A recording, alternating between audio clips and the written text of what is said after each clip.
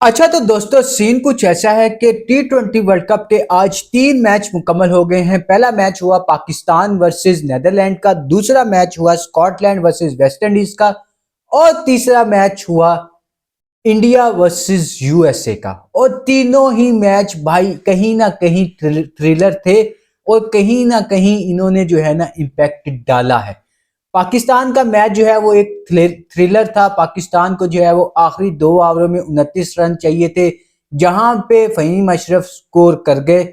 उन्होंने मैच को खत्म कर दिया। उसके बाद जो है वो वेस्ट इंडीज और स्कॉटलैंड का मैच हुआ, उसके बारे में बात करेंगे। और उसके बाद जो है वो इंडिया वर्सेस यूएसए का मैच हुआ, उसके बारे में भी बात करेंगे। और इस मैच को, इंडिया वर्सेस यूएसए वाले मैच को, फिर हम इसको पाकिस्तान के मैच के साथ जोड़ेंगे और पाकिस्तान की टीम के साथ जोड़ेंगे यूएसए की टीम को। तो यूएसए ने जो है वो टॉस जीत के पहले बॉलिंग करने का फैसला किया और बॉलिंग करते हुए यूएसए ने इंडिया को 161 रन के ऊपर रोक दिया।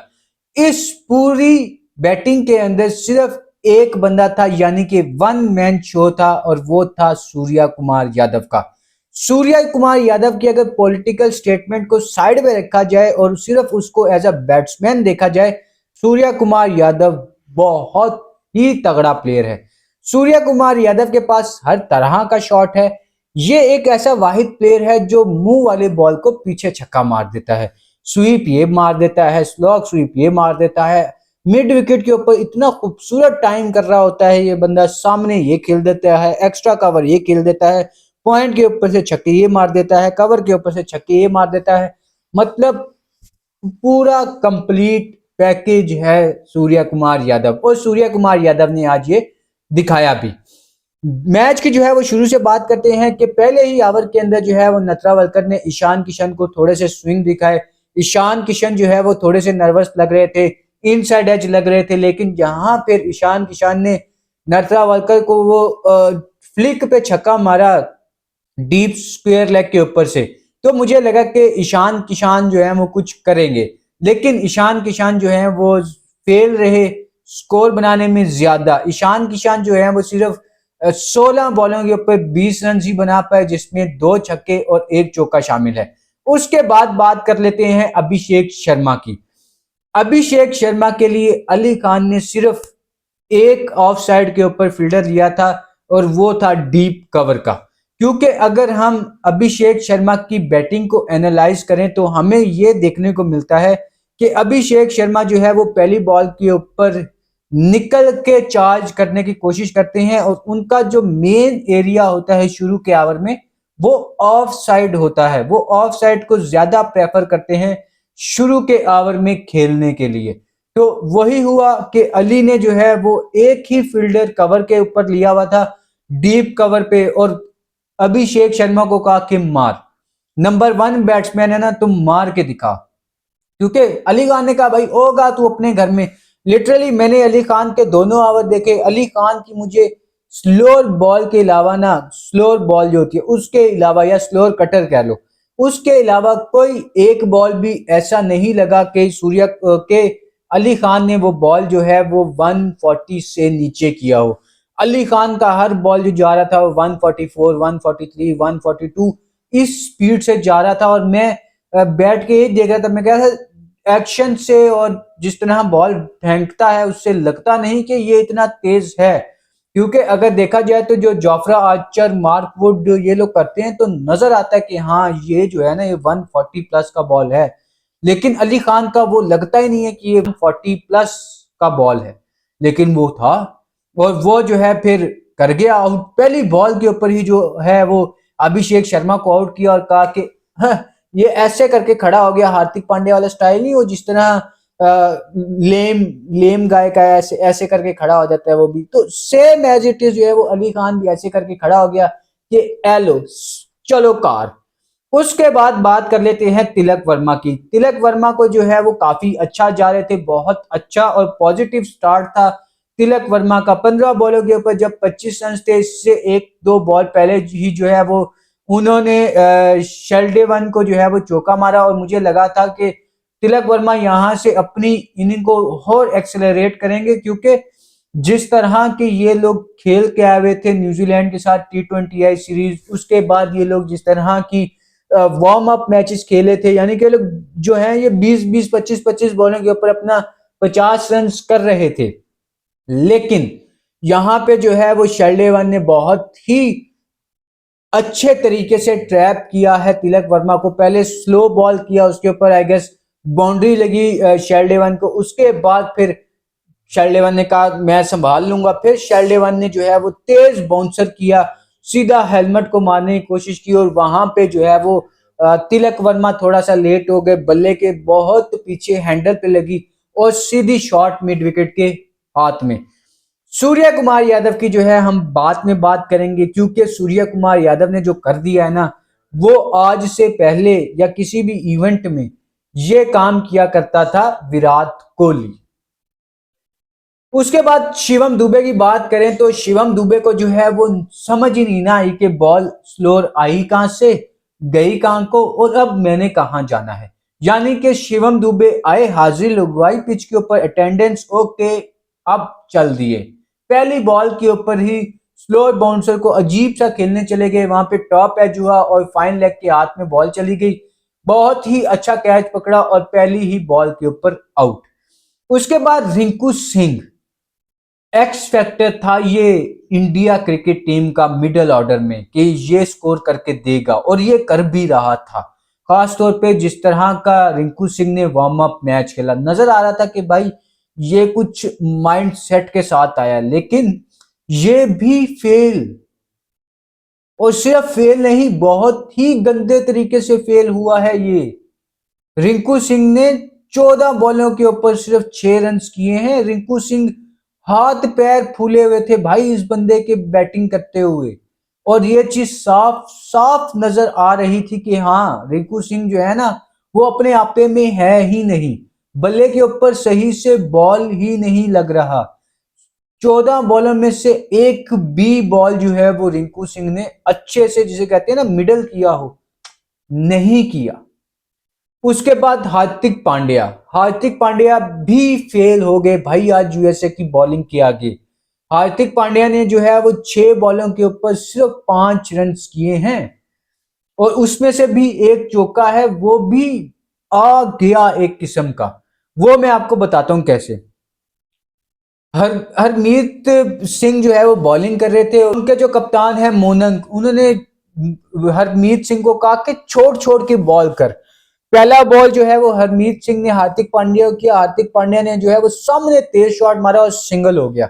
उसके बाद एक बॉल डॉट हुआ, और फिर जो है वो हार्दिक पांड्या दोबारा से आगे निकले, और एक्स्ट्रा कवर जो शॉट एक्स्ट्रा कवर खड़ा था उससे जस्ट थोड़ी सी दूर गिरी बॉल, और वो बॉल जो है वो चौके तक चली गई। वरना अगर वहां पे जो फील्डर थे मोहम्मद मोहसिन, वो थोड़ी सी एफर्ट कर लेते या थोड़ी सी जल्दी बॉल की तरफ जाने की कोशिश करते, तो वो वहां पे भी कैच हो सकता था। लेकिन उसके बाद जिस तरह का शॉट, गंदा शॉट मारा हार्दिक पांड्या ने, वो एक्सपेक्ट ही नहीं कर रहा था मैं कि हार्दिक पांड्या भी इस तरह का अजीबो गरीब शॉट मार के आउट हो जाएंगे। इतना ज्यादा एक्सपीरियंस है हार्दिक पांड्या के पास, T20 का, आईपीएल का, उसके बाद डोमेस्टिक का, वर्ल्ड कप का, ओडीआई का। उसके बाद भी हार्दिक पांड्या इस तरह की शॉट मारेंगे, मैं हार्दिक पांड्या से एक्सपेक्ट नहीं कर रहा था। क्योंकि मेरे पास, मैं ना इस वक्त इंडिया की टीम में सिर्फ 2 बंदों को पसंद करता हूं, एक हार्दिक पांड्या है और एक सूर्य कुमार यादव है। हार्दिक पांड्या की बात हो गई, अब आ जाओ सूर्य कुमार यादव के ऊपर। सूर्य कुमार जब क्रीज के ऊपर आए तो तिलक वर्मा जो है वो चल दिए साथ ही, क्योंकि ईशान किशन जो है वो 6वें ओवर की दूसरी बॉल के ऊपर ही आउट हो गए थे। उसके बाद फिर 6वें ओवर की 5वीं बॉल के ऊपर तिलक वर्मा चल दिए। 6वें ओवर की आखिरी बॉल के ऊपर शिवम दुबे चल दिए। 12वें ओवर की चौथी बॉल के ऊपर जो है वो रिंकू सिंह आउट हो गए। 13वें ओवर की चौथी बॉल के ऊपर हार्दिक पांड्या आउट हो गए। 17वें ओवर की चौथी बॉल के ऊपर जो है वो अक्षर पटेल आउट हो गए। 19वें ओवर की 6वीं बॉल के ऊपर जो है वो अर्शदीप सिंह आउट हो गए। उसके बाद जो है वो 20वें ओवर की आखिरी बॉल के ऊपर वरुण चक्रवर्ती भी आउट हो गए। लेकिन इन ये सब ने कुछ नहीं किया, सिर्फ एक सूर्या कुमार यादव खड़ा रहा। प्योरली वन मैन शो था आज सूर्या कुमार यादव का, कि सूर्या कुमार यादव ने इतने अच्छे तरीके से एनालाइज किया, इतने अच्छे तरीके से गेम को लेके चले। दूसरी तरफ से विकेट्स पे विकेट्स पे विकेट्स पे विकेट्स गिर रही थी, सूर्या कुमार यादव का कोई साथ देने को तैयार नहीं था। वहां पे सूर्या कुमार यादव ने कहा कोई रन्स करे ना करे, मैं रन्स करूंगा, मेरी जिम्मेदारी है, मैं टीम का लीडर हूं। और सूर्या कुमार यादव ने वो रन्स करके भी दिखाए। सूर्या कुमार यादव ने जो है वो 49 बॉल्स के ऊपर 84 रन्स की इनिंग खेली, जिसमें 4 छक्के और 10 चौके शामिल हैं। और सूर्या कुमार यादव 171 के स्ट्राइक रेट के साथ खेल के गए हैं, और ये एक अच्छा प्लेयर और अच्छा कप्तान ही कर सकता है। वरना यहां 2 आउट होते हैं और पीछे जो है वो 6 ओवरों में सिर्फ 20 रन बनते हैं और 5 आउट भी हो जाते हैं, और जान के लाले पड़ जाते हैं कि मैच को फिनिश कैसे करना है। बात तो फिर वहीं आ गई। मैंने कहा था कि पाकिस्तान ने जिस तरह का एंड किया है सीरीज को, ऑस्ट्रेलिया को डोमिनेट किया है, तो फाइनली थोड़ी सी उम्मीद बनी है कि इस दफा जो है हम लोग दुआएं या मिन्नतें तरले नहीं करेंगे, कुछ अच्छा करके दे देंगे ये लोग हमें खुद से। लेकिन पाकिस्तान ने कहा ना, तुम लोग गलत हो, हम तुम्हें बताएंगे कि दुआएं कैसे करनी है। करवाई, यकीन करो गोटे यहां पे फंसे हुए थे हमारे, जब पाकिस्तान के आखिरी 2 ओवरों में 29 रन रहते थे, क्योंकि पाकिस्तान ने जो है वो इंडिया का बायकॉट किया हुआ है। पाकिस्तान अगर हार जाता तो किस मुंह से आगे खेलता, या किस मुंह से आगे वाले मैचेस के लिए तैयार होता, किस मुंह से पाकिस्तान के चेयरमैन दोबारा बोलते कि नहीं जी बायकॉट ही है। और मोहसिन नकवी साहब से गुजारिश है कि, और खास तौर पे पाकिस्तान की हुकूमत से भी, कि इस बायकॉट को ना बायकॉट ही रहने दें, क्योंकि हमारी टीम जो है वो अब इस काबिल नहीं है कि वो इंडिया के साथ मुकाबला कर सके। ऐसी एसोसिएट टीम्स के साथ, ऐसी छोटी छोटी टीम्स के साथ तो हमारे इस तरह के हाल हैं कि हमें जान के लाले पड़ गए थे कि भाई मैच जीतना कैसे है। 2 ओवरों में 29 स्कोर, वो भी एक मैक्सो दाऊद का शुक्रिया अदा करना चाहिए हम सब पाकिस्तानियों को, कि उन्होंने जो है वो फहीम अशरफ का कैच छोड़ दिया। अगर वो कैच हो जाता तो पक्के जान के लाले थे। किसने करना था स्कोर? ये शहीन शाह अफरीदी ने, इब्रार अहमद ने, सलमान मिर्जा ने, इन लोगों ने आके जो है वो 9 बॉलों के ऊपर हमें 21-22 रन करके देने थे, नहीं होने थे कहीं से भी। ये सिर्फ एक मिरेकल था जो हो गया, और यहां पे फंसे हुए थे मेरे गोटे, और मैं कह रहा था बस खत्म भाई, दिल की धड़कनें तेज, उठा ही था और मैच लगाया हुआ था मैंने, ना मुंह धोया हुआ, ना किसी और चीज की टेंशन, मैच ने टेंशन दी हुई थी हमें। तो सूर्या कुमार यादव ने जो है वो बहुत ही अच्छे तरीके से अपनी इनिंग को एनालाइज किया, अपनी टीम को लेके चले, 161 रन तक लेके गए, जहां पे एक टाइम पे लग रहा था कि इंडिया की टीम जो है वो आज 120-130 रन के ऊपर दोबारा बुक है। लेकिन इंडिया के सूर्या कुमार यादव ने कहा कि नहीं भाई, हम नहीं होने देंगे, क्योंकि सूर्या कुमार यादव ने मारा ही बहुत ना। और खास तौर पे जिस तरह सूर्या कुमार यादव ने सौरभ नटरावलकर को मारा, सौरभ नटरावलकर ने माशाल्लाह से 4, बल्कि इस तरह कर लेते हैं कि नटरावलकर का जो है वो सेकंड हाईएस्ट स्कोर था सूर्या कुमार यादव के बाद।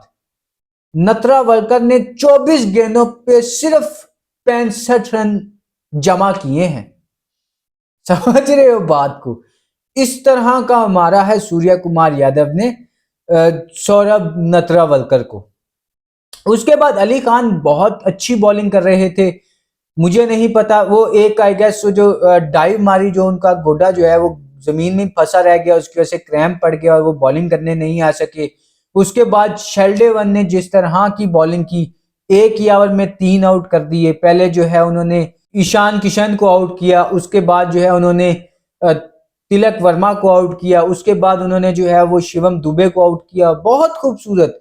उसके बाद जिस तरह का स्पेल करके गए हैं ये मोहम्मद मोहसिन, 4 ओवरों में 16 रन दिए हैं उन्होंने इंडिया जैसी टीम के खिलाफ जो सबको डोमिनेट कर रही है।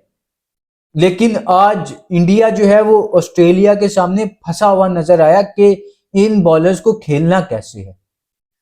उसके बाद जो है वो सौरभ जो है उन्होंने 2 ओवरों में 16 रन दिए और हरमीत सिंह ने 4 ओवरों में 26 रन देके 2 आउट किए।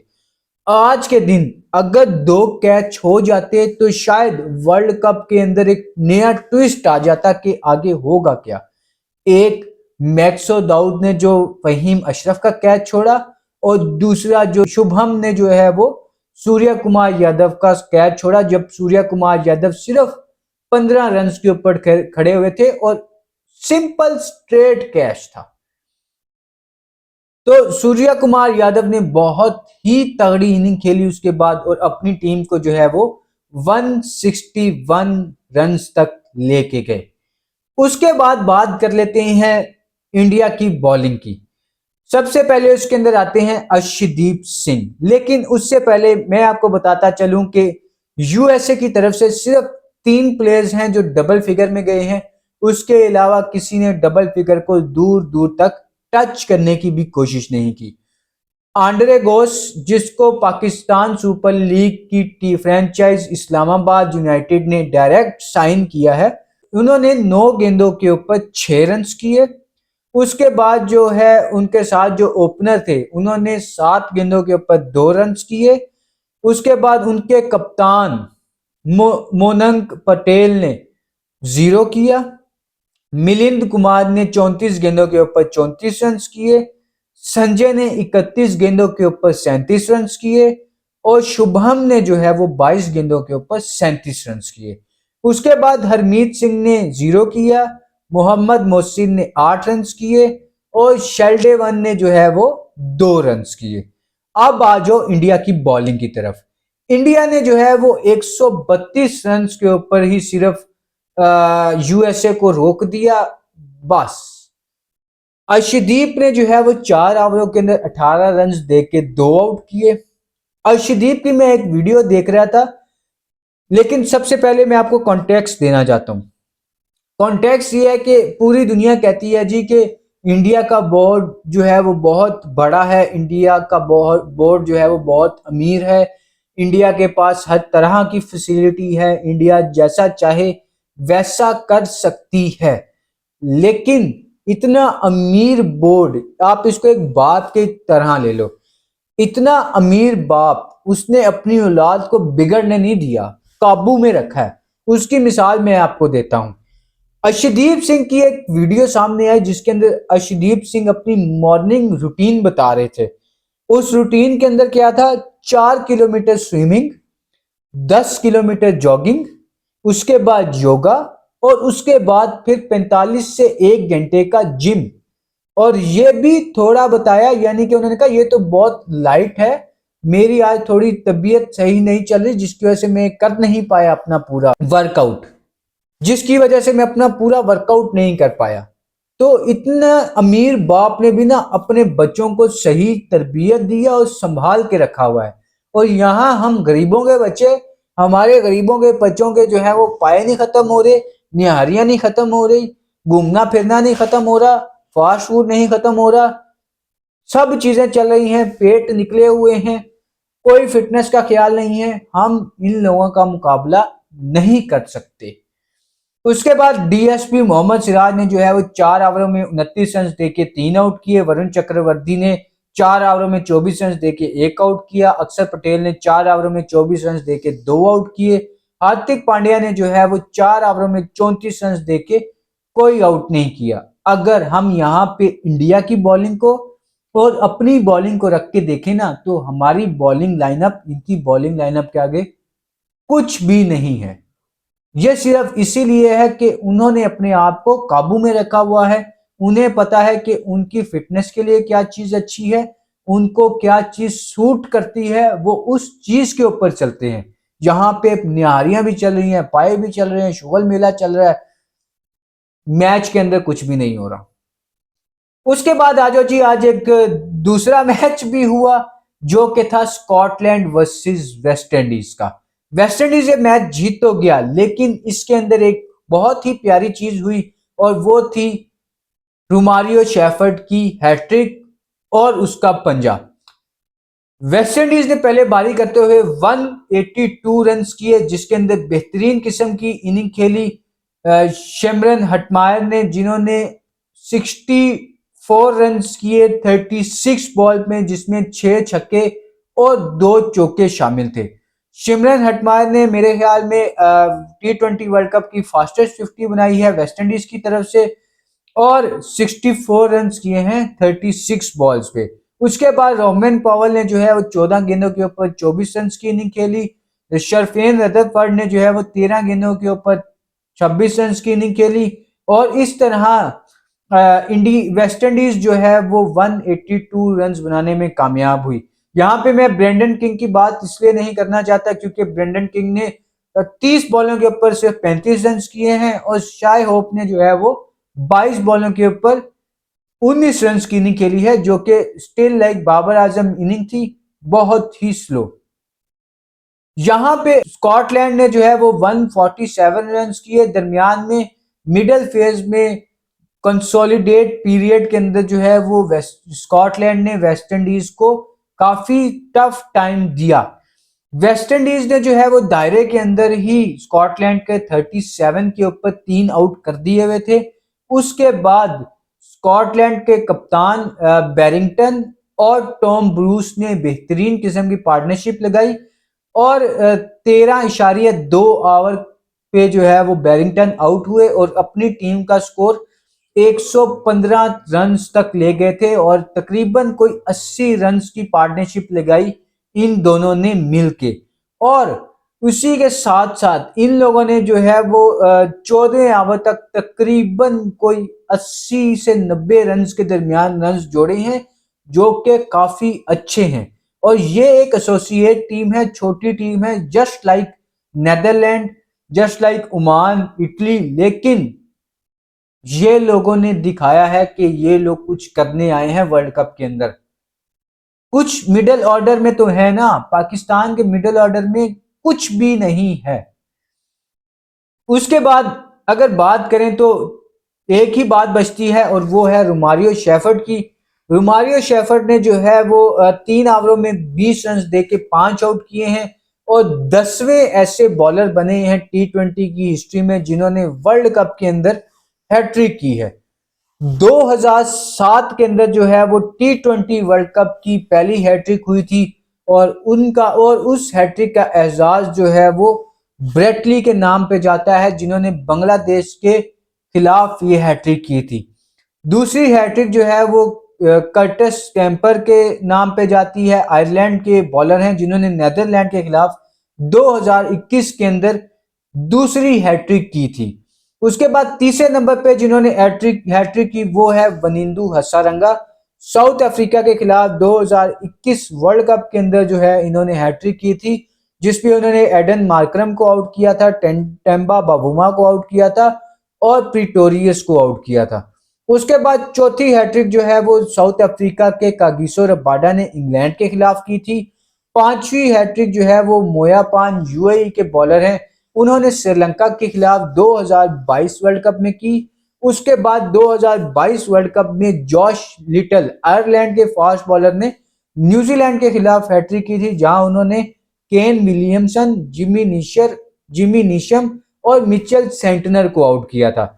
उसके बाद पैट कमिंस वाहिद एक ऐसे बॉलर हैं जिनके पास ये एजाज जाता है कि उन्होंने वर्ल्ड कप के अंदर एक ही एडिशन के अंदर 2 दफा हैट्रिक की है, और वाहिद यही बॉलर हैं जिनके नाम पे 2 हैट्रिक्स हैं। 2024 के वर्ल्ड कप के अंदर पैट कमिंस ने बांग्लादेश के खिलाफ भी हैट्रिक की, और उसी के साथ साथ अफगानिस्तान के खिलाफ भी हैट्रिक की।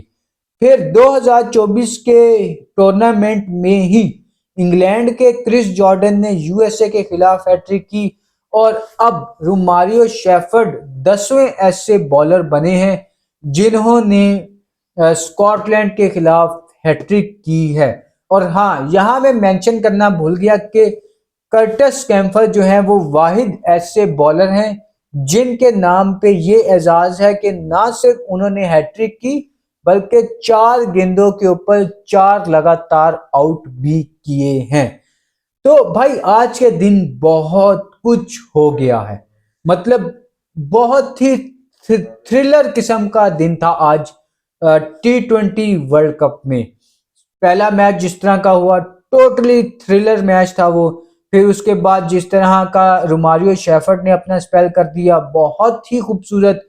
उसके बाद जिस तरह यूएसए की बॉलिंग लाइनअप ने इंडिया को डोमिनेट किया, पूरी इंडिया को सिवाय एक सूर्या कुमार यादव के, बहुत ही कमाल था।